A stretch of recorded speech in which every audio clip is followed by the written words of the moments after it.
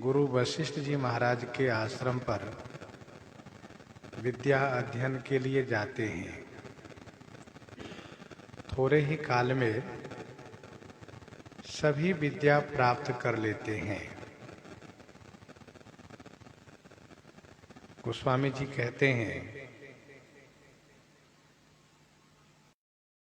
जिनकी सहज श्वास ही चारों वेद हैं,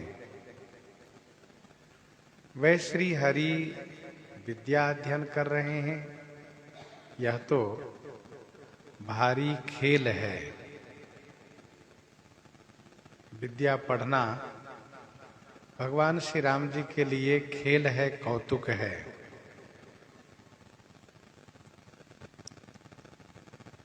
श्री राम जी विद्या प्राप्त करने के बाद जो विद्या के बाद विशिष्ट गुण होना चाहिए, उन गुणों को प्रकट किए, जैसे कि विनय और शील गुण। इसके बाद संपूर्ण राजलीला खेल खेलते हैं, अर्थात एक राजा को जैसे होना चाहिए खेल में, उसी प्रकार से श्री राम जी कौतुक करते हैं, खेल खेलते हैं। हाथ में धनुष बाण लेकर के चर अचर को आनंदित करते हुए, मुग्ध करते हुए जिस गली में होकर के निकलते हैं,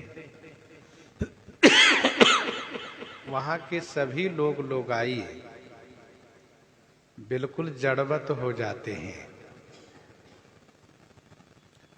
कौशलपुर वासी नर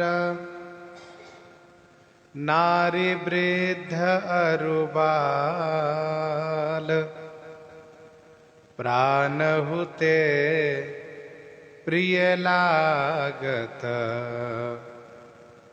सब कहाँ राम कृपाल, सब कहाँ राम कृपाल। कौशलपुरवासी नर नारी वृद्ध अरु बाल। कौशलपुरवासी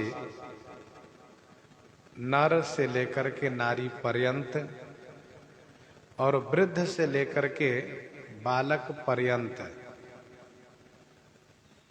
सबका माने सभी को कृपालु श्री राम जी प्राण होते प्रिय लागत, प्राण से भी अधिक प्रिय लगते हैं।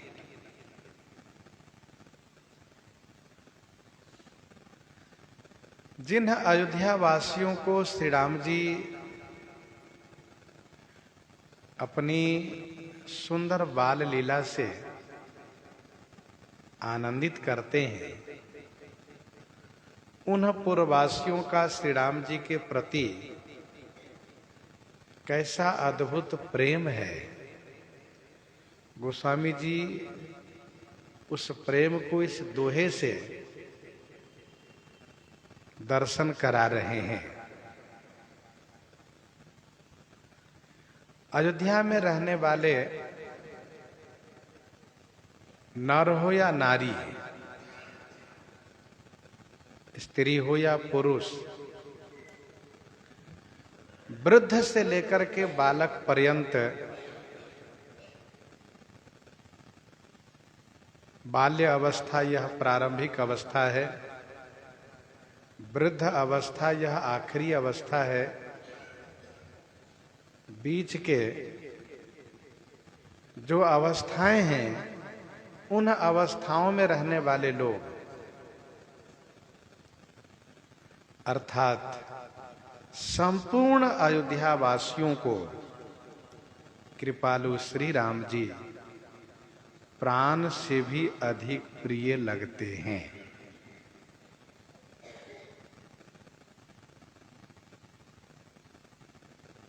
मानव जीवन में सर्वाधिक प्रिय मनुष्य को यदि कुछ है तो वह है अपना शरीर, और शरीर से भी अधिक यदि कुछ प्रिय है तो वह है अपना प्राण। देह प्राण ते प्रिय कछु नाही, देह प्राण ते प्रिय कछु नाही। हम अपने शरीर की रक्षा के लिए संपत्ति का कोई परवाह नहीं करते हैं और प्राण की रक्षा के लिए फिर देह की परवाह भी नहीं करते। प्राण बने रहना चाहिए। और श्री राम जी अयोध्या वासियों को प्राण से भी अधिक प्रिय हैं। हमारे श्री राम जी स्वस्थ रहें, कुशल रहें, इसके लिए अयोध्या वासी अपने प्राण की परवाह नहीं करते हैं, प्राण की चिंता नहीं करते।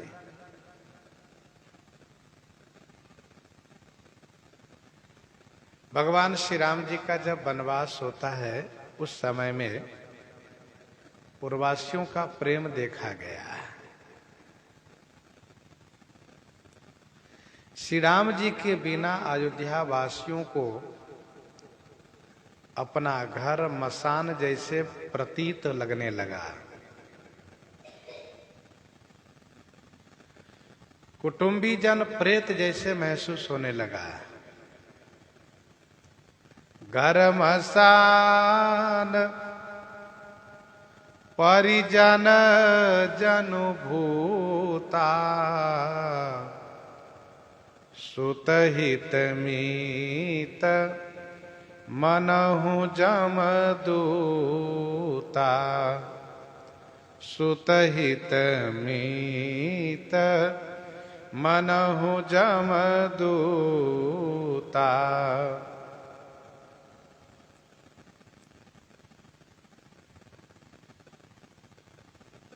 श्री राम जी वन में रहेंगे, हम घर में रहें, यह किसी को अच्छा नहीं लगा।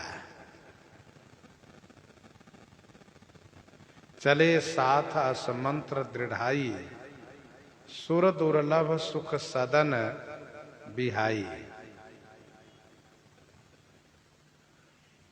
ऐसा श्री राम जी सबको प्रिय है। अयोध्या के प्रजाजन श्री राम जी के लिए ही देवार्चन करते हैं और श्री राम जी की कुशलता के लिए उन देवताओं से याचना करते हैं। करी मज्जन पूजहि नर नारी, गणप गौरी त्रिपुरारी तमारी। रमा रमन पद बंदी बहोरी, बिनवहि अंजुलि अंचल जोरी।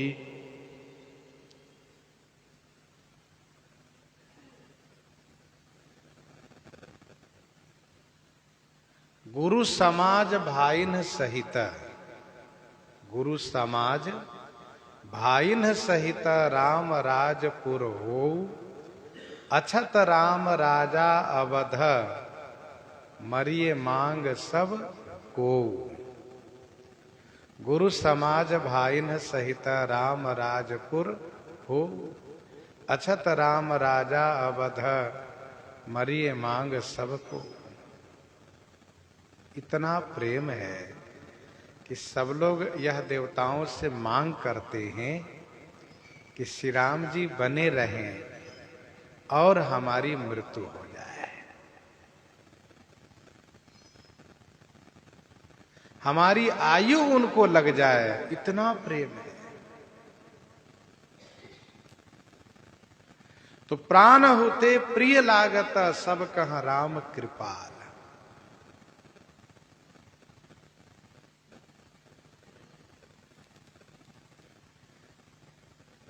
आगे गोस्वामी जी कहते हैं, बंधु सखा संग ले ही बोलाई, बन मृगया नित खे लही जाई, बन मृगया नित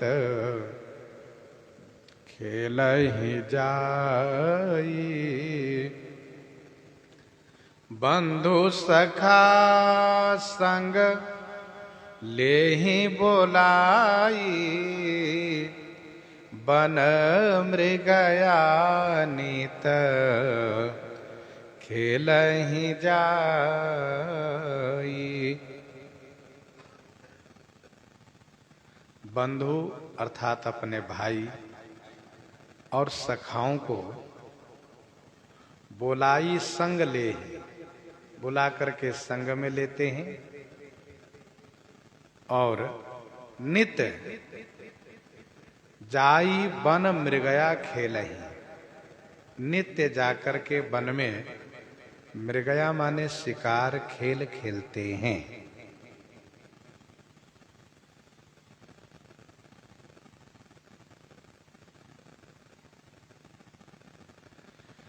बंधु सखा संग ले ही बोलाई।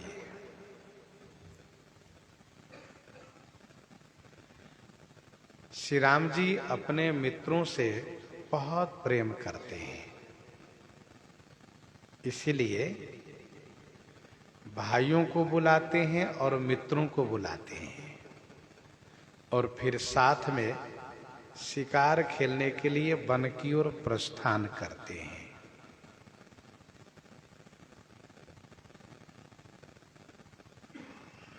कवितावली बालकांड 7 पद में गोस्वामी जी ने लिखा है, सरजू बर तीर ही तीर फिरे, सरजू बर तीर ही तीर फिरे, रघुवीर सखा अरु वीर सबे।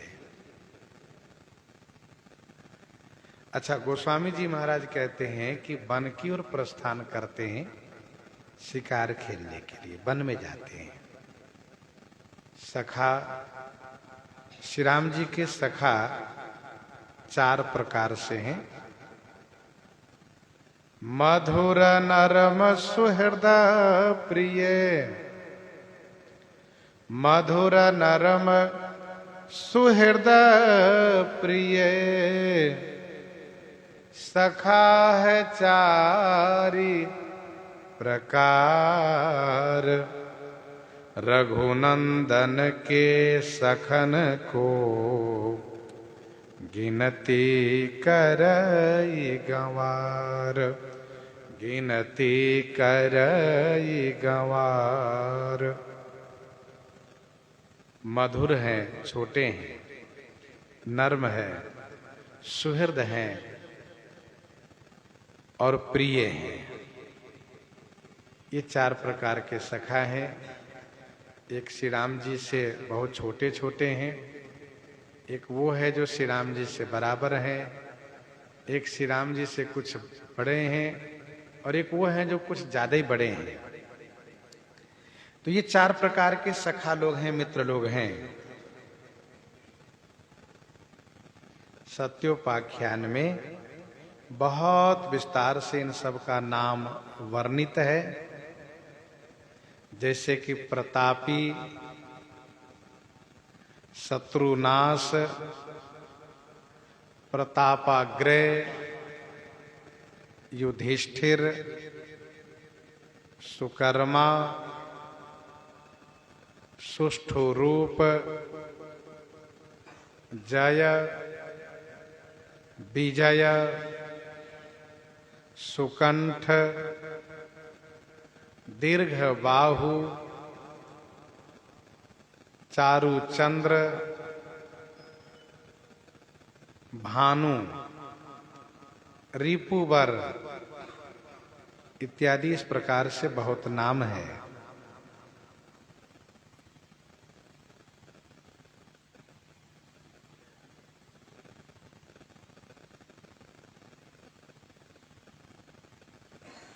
तो इस प्रकार से जो श्री राम जी के सखा लोग हैं, श्री राम जी अपने सखाओं से बहुत प्रेम करते हैं। इसी सखा के समूह में श्री राम जी के एक और सखा हैं जिनका नाम है निषाद गुह।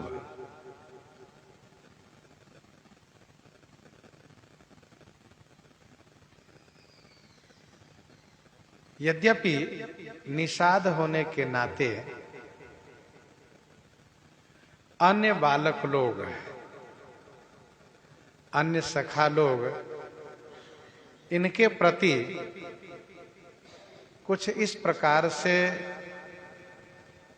उपेक्षा भाव करते हैं, परंतु श्री राम जी निषाद से बहुत प्रेम करते हैं। श्री राम जी जो उपेक्षित हो, जो छोटे हो, उन लोगों का विशेष ख्याल रखते हैं। अब श्री राम जी उनको विशेष प्रेम करते हैं, इसलिए खुल करके कोई उनका विरोध कर नहीं सकते।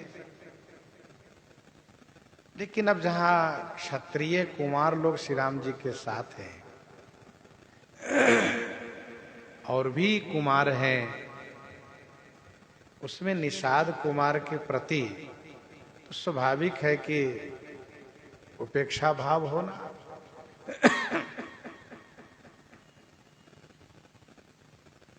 श्री राम जी इनके प्रेम को विशेष रूप से प्रकट करने के लिए एक लीला करते हैं।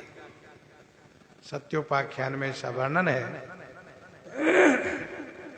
श्री राम जी जब शिकार के लिए चलते हैं तो घोषणा कर देते हैं कि आज के शिकार पर कोई दूसरा वार नहीं करेगा, मैं ही वार करूंगा, मैं ही उसे मारूंगा।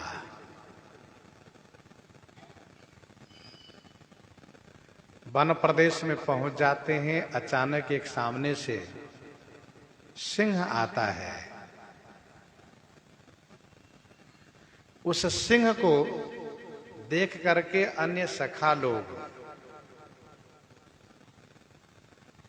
बहुत ही परेशान हो रहे हैं, यह सोच करके कि हमारे श्री चक्रवर्ती राजकुमार श्री रामलला सरकार सिंह पर वार कर नहीं रहे हैं और सभी को रोक रखे हैं कि कोई वार करेगा नहीं। अब हम लोग क्या करें? श्री राम जी भी इधर से चल रहे हैं, उधर से सिंह भी आ रहा है। निषाद गुह ने देखा कि सिंह उतना ही दूरी पर है जहां से कि वो झपट सकता है, तो ये तुरंत आगे बढ़ गए और इनके पास सांगी थी। बन के रहने वाला है निषाद, इसलिए इनके पास सांगी थी और आगे बढ़ करके और उस सिंह को निषाद गुह ने मार डाला। अब जो साथ में अन्य सखा लोग हैं, उन लोगों ने यह माना कि देखो इसकी ढिठाई तो देखो। श्री रामलला सरकार के मना करने पर, राजकुमार जी के मना करने पर भी इन्होंने ढिठाई कर दी। अब तो इनको यहां से भगाया ही जाना चाहिए और इनको सजा मिलनी ही चाहिए। इधर श्री राम जी ने पूछा, मित्र तुमने ऐसा क्यों किया? जब मैंने मना किया था तब उन्होंने कहा, सरकार आप जो भी दंड देंगे वह मुझे स्वीकार होगा। परंतु जिस प्रकार से वह सिंह सामने से आ रहा था, यदि वह आपको कोई नुकसान कर देता तो फिर हम लोग महाराजा श्री चक्रवर्ती जी के पास जाकर के क्या कहते हैं? तो श्री राम जी ने कहा, मित्रों, इन्होंने ढिठाई की है, गलती की है। अब इस संदर्भ में हम लोग चल करके महाराज के पास ही न्याय कराएंगे। दरबार में सब उपस्थित हुए। महाराज को घटना का क्रम अवगत कराया गया। महाराज ने जैसे सुना कि इन्होंने मेरे श्री राम जी के प्राण की रक्षा की है, इन्होंने हमारे श्री राम जी को बचाया है, फिर महाराज इस बात को भूल ही गए कि श्री राम जी का वह जो निर्णय था, इस पर न ध्यान दे करके हमारे श्री राम जी को बचाया है। इस प्रेम में अभिभूत होकर के निषाद गुह को हृदय से लगा लिए और अपने हाथ की कड़ा निकाल लिए और भेंट में उनको दिए और कहा कि श्रृंगबेरपुर का राज्य मैं तुम्हें देता हूं, श्रृंगबेरपुर के राजा अब तुम बनोगे। इसी भाव से परिपूरित यह पद प्रस्तुत है। एक बार शिकार को राम गए वन में, तब आई के सिंह पड़ा, भरतादिक संग सखा सकुचे, सुनी रघुनाथ की सौहे बड़ा। समय पर सेवक ढीठ न जानी, निषाद झपट के सांगी जरा। श्रृंगबेर के राज बकस दियो, पहिराई दियो निज हाथ कड़ा, पहिराई दियो निज हाथ कड़ा।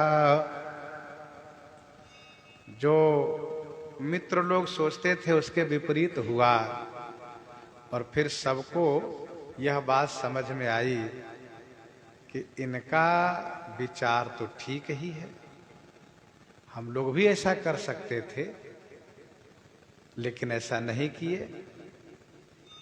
और सचमुच यदि बड़े राजकुमार जी को यदि कुछ हो जाता तो हम लोग महाराज को अपना मुख कैसे दिखाते हैं?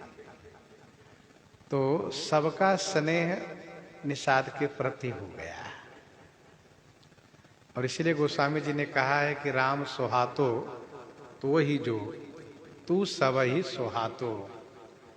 यदि श्री राम जी हमें अच्छे लगने लगते तो हम भी सबको अवश्य अच्छे लगने लगते हैं। इसी प्रकार से श्री राम जी उन मित्रों को, उन सखा को बड़प्पन प्रदान करते हैं जो छोटे हैं, जाति से, समाज से, उनको विशेष आगे बढ़ाते हैं। बंधु सखा संग ले ही बुलाई, वन मृगया नित खेल ही जाई। अच्छा, शिकार खेलने क्यों जाते हैं? कहा शिकार खेलने इसलिए जाते हैं जिससे कि धनुष बाण चलाने का अभ्यास हो, निशाना सही हो, इसलिए शिकार में जाया करते हैं। पावन मृग मारहि जिय जानी, दिन प्रति निर्पही दिखावहि आनी। पावन मृग रही जिए जानी, दिन प्रति निर्पही देखा वही आनी। पावन मृग मारहि जिए जानी, यह मृग पावन है, ऐसा जिए जानी माने हृदय से जान करके उसको मारते हैं और प्रतिदिन ला करके महाराजा श्री चक्रवर्ती जी को दिखाते हैं। सखा लोग उसे टांग करके ले आते हैं और कहते हैं बड़े श्री राजकुमार जी की जय हो, महाराजा श्री चक्रवर्ती जी की जय हो। महाराज पूछते हैं क्या हुआ? तो सब लोग कहते हैं महाराज हमारे बड़े राजकुमार जी ने इसको मारा है, जो बड़ा ही खूंखार था, बड़ा ही निर्दयी था, बड़ा ही क्रूर था, हिंसक था, बहुत दुष्ट था। हमारे श्री राम लला सरकार, हमारे बड़े सरकार इनको समाप्त कर दिए। तो महाराज सुनकर के बड़े प्रसन्न हो जाते थे। अरे वाह, पावन मृग। मृग वैसे सभी पशुओं की संज्ञा है। मृग सभी पशुओं की संज्ञा है। केवल हिरण का अर्थ ही नहीं समझना चाहिए, बल्कि और भी जो पशु हैं।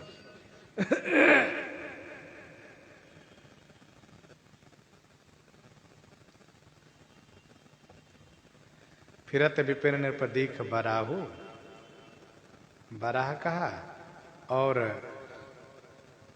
प्रगटत दुरत जाए मृग भागा, मृग भी कहा उसी बाराह को।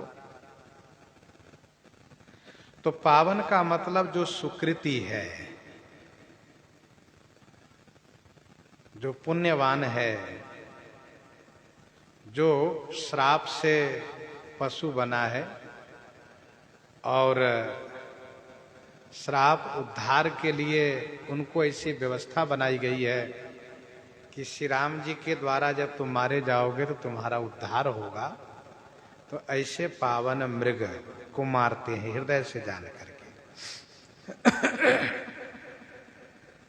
पद्म पुराण में ऐसा वर्णन है कि उस हिरण को मार देने में राजा को पुण्य होता है। किस हिरण को? जो अत्यधिक वृद्धावस्था को प्राप्त करने के कारण उनके घुटने नहीं मुड़ते हैं, वह बैठ नहीं पाता है और उसको बड़ा ही कष्ट होता है। ऐसे हिरण को मार देने से राजा को पुण्य होता है। यस्य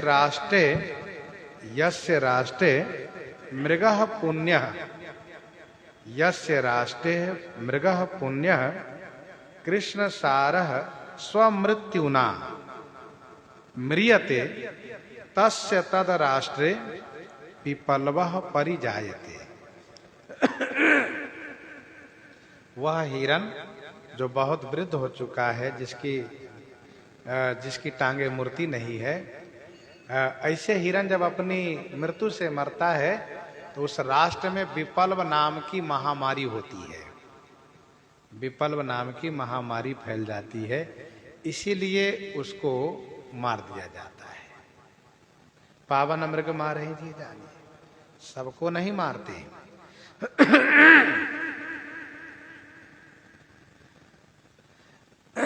साकेतवासी पूज्य संत श्री गोपालाचार्य जी महाराज ऐसा कहा करते थे कि श्री राम जी अयोध्या के रहने वाले में से एक चींटी को भी नहीं मारते थे, बल्कि अयोध्या जी के बाहर, अयोध्या जी की सीमा के बाहर जो इस प्रकार के थे उसको मारते थे। क्योंकि अति प्रिय मोहि यहाँ कई वासी, यहाँ अयोध्या जी में रहने वाले जो भी हैं वह श्री राम जी को अतिशय प्रिय है।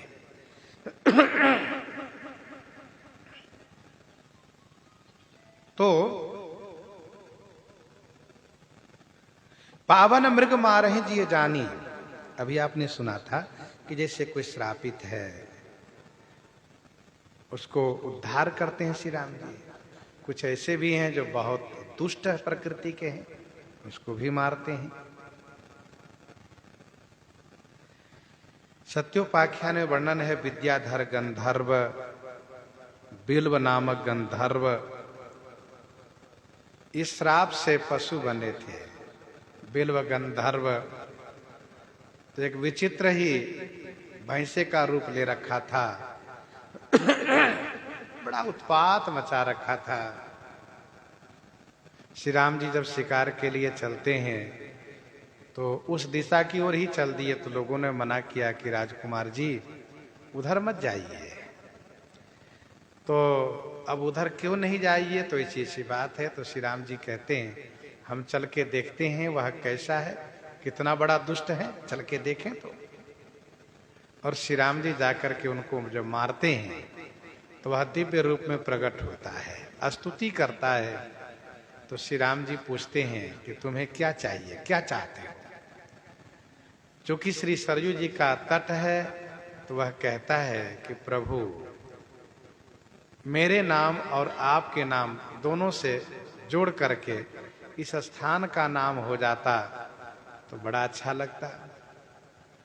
तो फिर उसका नाम है बिल्व गंधर्व, श्री राम जी हरि, तो उनका नाम होता है बिल्व हरि घाट। अब बिल्व हरि घाट का नाम अपभ्रंश होते होते बदलते बदलते बदलते बेलहर घाट के नाम से प्रसिद्ध हो गया है। बेलहर घाट स्टेशन भी है। तो कहने का भाव यह है कि इसी प्रकार से श्री राम जी उनको मारते हैं। प्रतिदिन महाराजा श्री चक्रवर्ती जी को इसलिए दिखाते हैं जिससे कि उनको विश्वास हो, उनको लगे कि हाँ हमारा राघव कुशल धनुषधारी हो रहा है, धनुष्बाण चलाने वाला हो रहा है, धनुर्धर हो रहा है। जे मृग राम बाण के मारे, ते तनु तजे सुर लोक सिधारे। जे मृग राम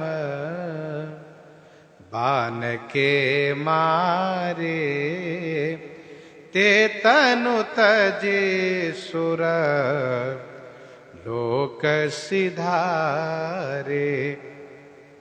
जे मृग राम बाण के मारे, ते तनु तजी सुरलोक सिधारे।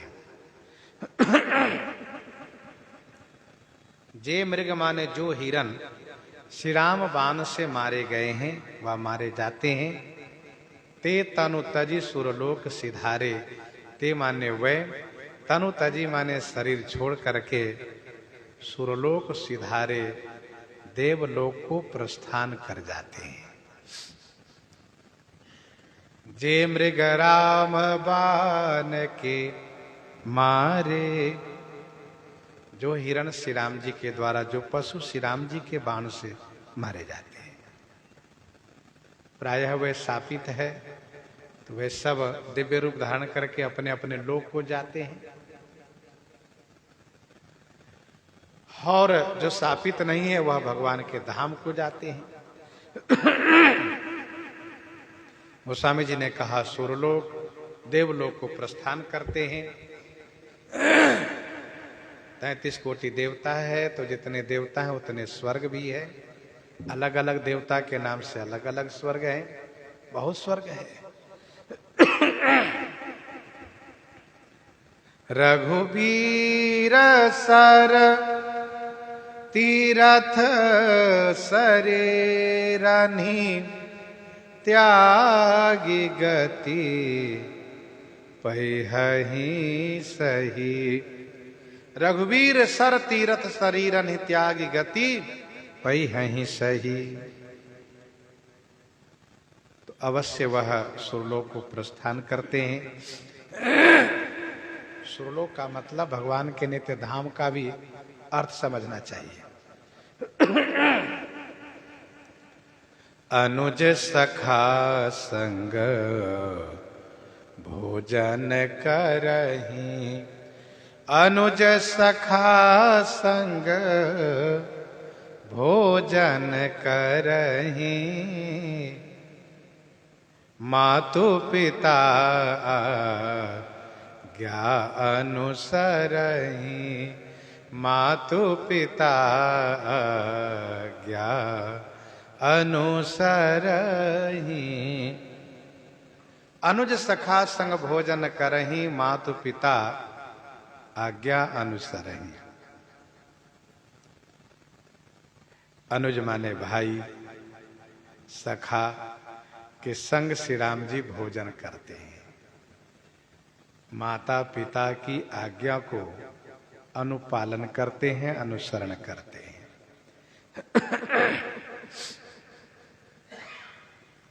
इस दोहे में भगवान श्री राम जी की दिनचर्या प्रस्तुत की जा रही है। अपने भाई और सखाओं को लेकर के वन में शिकार के लिए जाते हैं। शिकार में उन पशुओं को मारते हैं जिनका मारना शास्त्र विधि है, शास्त्रीय विधि है। जिन पशुओं को श्री राम जी मारते हैं वह सुरलोक को प्रस्थान करता है। यह श्री राम बाण की विशेषता है। गोस्वामी जी कहते हैं श्री राम जी अपने भाई और सखाओं के साथ भोजन करते हैं। अब एक बात टीका में चर्चा है, इसलिए मैं कह देता हूं, नहीं तो वैसे कहने योग्य नहीं है। न जाने कैसे कुछ ऐसे दुष्ट लोग हैं, खल लोग हैं, जो इस प्रकार से कह देते हैं कि श्री राम जी शिकार करके आते हैं, इसका मतलब श्री राम जी के परिवार में अर्थात श्री राम जी मांसाहारी है। अब ये कहना बहुत बुरा लगता है, चूंकि टीका में लिखा है तो इसलिए उसको कह देना जरूरी था कि बिल्कुल गलत है और उसको कहने सुनने वाले को भी पाप लगता है। लेकिन चूंकि हम लोग विरोध कर रहे हैं इसीलिए हम लोग को पाप नहीं लगेगा। जिस वंश में श्री रंगनाथ जी भगवान इष्ट देव है, निज कुल इष्ट देव भगवाना, जो वंश हमेशा वैष्णव है, भला उस वंश में इस बात की चर्चा भी कैसे की जा सकती है? यह कहना बिल्कुल अपराध है, बिल्कुल गलत है।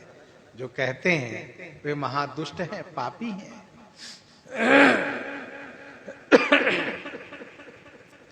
यहां पर शिकार की चर्चा दिनचर्या में है।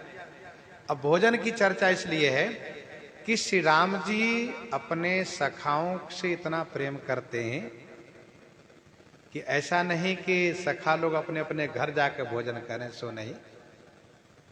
श्री राम जी अपने सखाओं को अपने साथ ही भोजन कराते हैं। कलयुग में ठाकुर श्रीनाथ जी, गोवर्धन नाथ जी यह कहवाते हैं कि मेरे सखा गोविंद को पहले भोजन दीजिए। वह कहता है कि आपको तो भोग लग जाता है, आप पहले खा लेते हो, चल देते हो, हमको खाने में और चलने में देरी हो जाती है। ऐसा करो, हमारा भोजन पहले दिलवाओ। तो ठाकुर जी कहते ठीक है। तो स्वामी जी से कह करके उनका भोजन पहले निकलवाते हैं।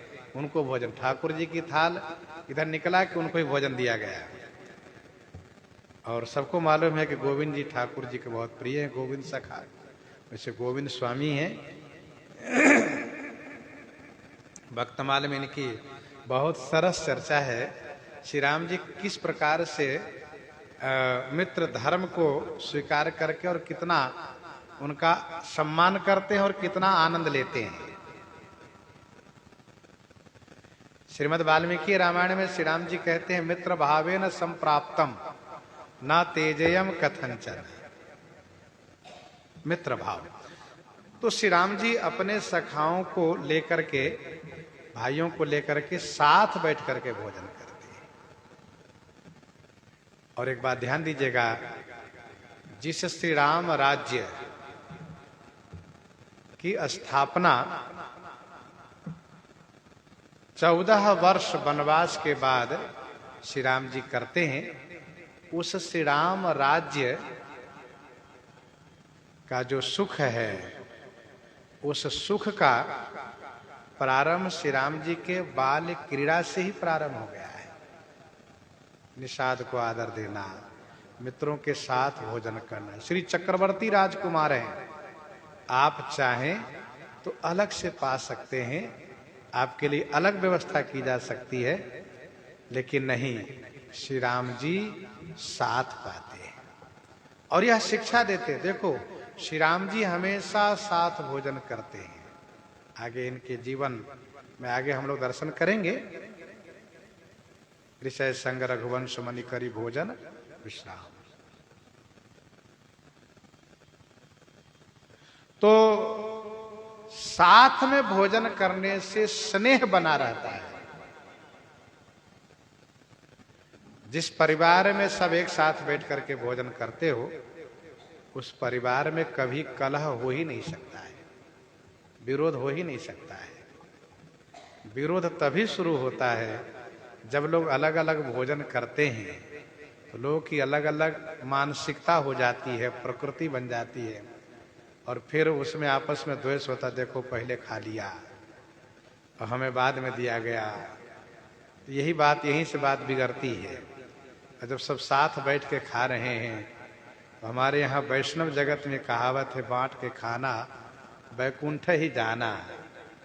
अब भले ही जो वस्तु जितनी है, अब जब हम सब लोग बैठ के पाते हैं तो सबको बड़ी प्रसन्नता होती है, और यदि अलग पा लिए तो कहते देखो बड़का महाराज बनते हैं, बड़े बाबूजी हैं, इनको अलगे चाहिए। तो इस प्रकार से उन पर आक्षेप होता है और वहीं से मानसिकता बिगड़ने लगती है। तो श्री राम जी यह शिक्षा दे रहे हैं कि स्नेह बनाए रखने के लिए, प्रेम बढ़ाने के लिए साथ बैठ के खाओ।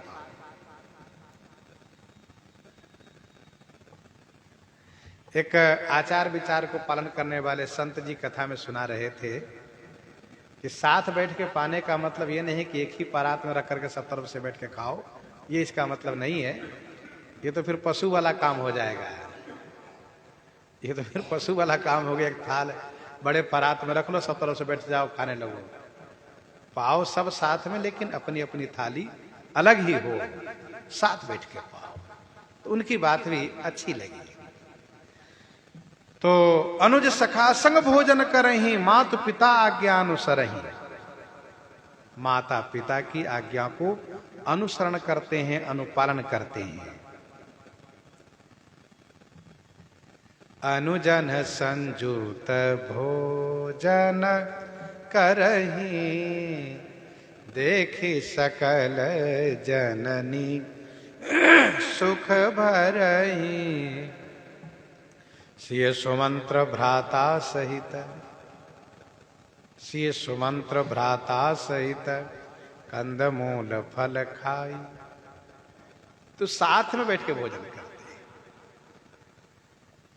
अच्छा, घर के जो मुखिया हो, बड़े लोग जो बड़े कहे जाते हैं, बड़े पद पर आसीन हो, वे जब सबको साथ में लेकर के बैठ के भोजन करते हैं, तो साथ वालों को बड़ी प्रसन्नता होती है, खुशी होती है।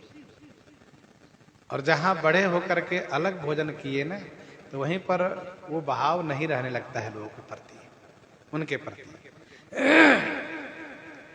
तो जिस श्री राम राज्य सुख की कल्पना हम लोग करते हैं, उस श्री राम राज्य सुख का ये सब बीज रूप में है, जो आगे सब प्रकट होगा विस्तार से। जेहि विधि सुखी होहि पुर लोगा, करहि कृपा निधि सोई संजोगा। जेहि विधि सुखी होहि पुर लोगा, करहि कृपा निधि सोई संजोगा। पुर लोगा जेहि विधि सुखी होहि, पुर के लोग जेहि विधि माने जिस प्रकार से सुखी होते हैं, कृपा निधि कृपा के सागर श्री राम जी सोई संजोगा करहीं, वही संयोग लगाते हैं, वही योग लगाते हैं।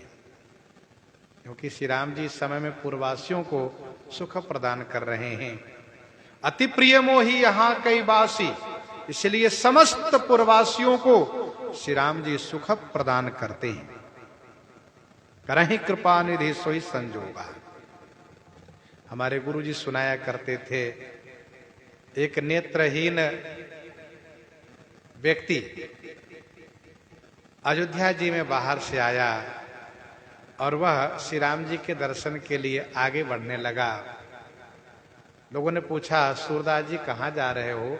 तो उन्होंने कहा कि हम श्री चक्रवर्ती महाराज के राजकुमार श्री राम जी का दर्शन करने आए हैं। तो लोग हंस देते थे, तुम्हारे पास नेत्र ही नहीं, क्या दर्शन करोगे? तो वे कहते, अरे हमारे पास नेत्र नहीं, उनके पास तो नेत्र हैं, वे तो हमें देख लेंगे और वे देख लेंगे, हमारा जीवन धन्य हो जाएगा। इस प्रकार से आगे बढ़ते गए।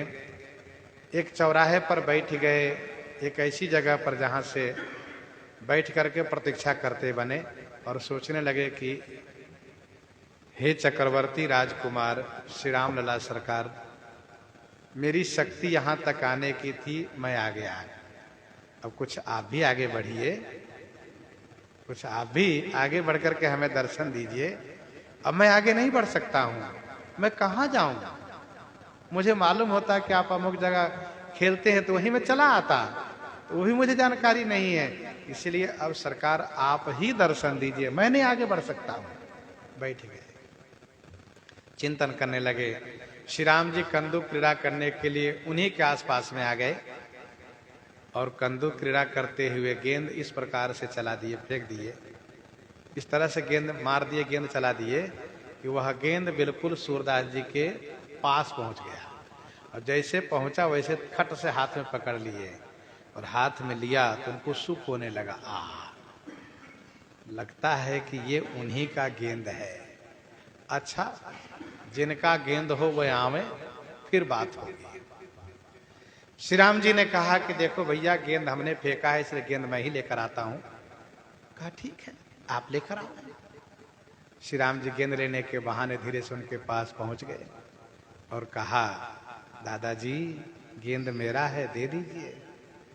उन्होंने कहा गेंद आपका है, पहले आपका परिचय क्या है? तो श्री राम जी अपना परिचय दिए। तो फिर कहा कि मैं आपका हाथ तो देखूं। तो श्री राम जी ने कहा, आप तो देख नहीं पाते हैं, कैसे देखिएगा? तब उन्होंने कहा कि छूकर तो देखूं, मुझे मालूम तो पड़े। तो जैसे उन्होंने स्पर्श किया, उनको दिव्य सुख प्राप्त होने लगा।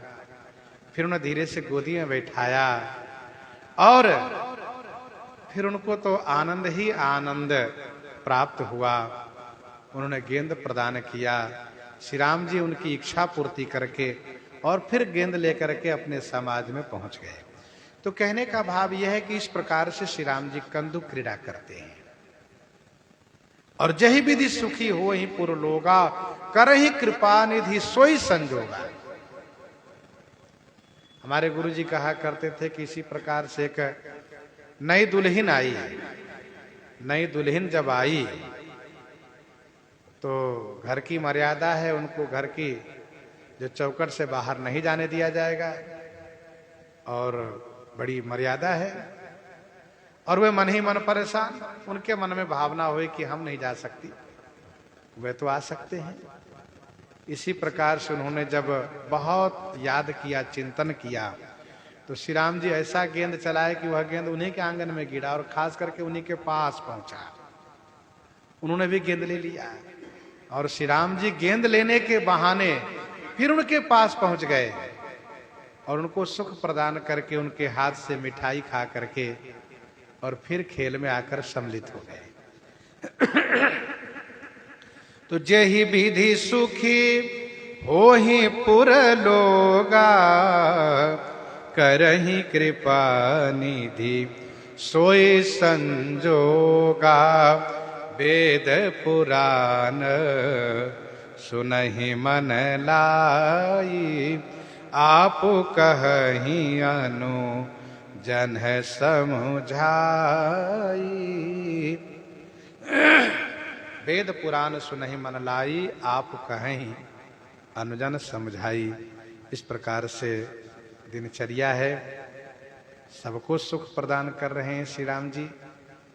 प्रसंग को हम आप यहीं पर हृदयंगम करते हैं और साथ साथ कथा भी विराम करते हैं, क्योंकि सूचना पहले ही दी जा चुकी है। कथा के समय में थोड़ा और परिवर्तन किया जा रहा है, 3:30 बजे से कल आप आवें, और ये समय लगभग ऐसे ही रखा जाए कुछ दिन तक, जब तक दिन छोटा रहेगा।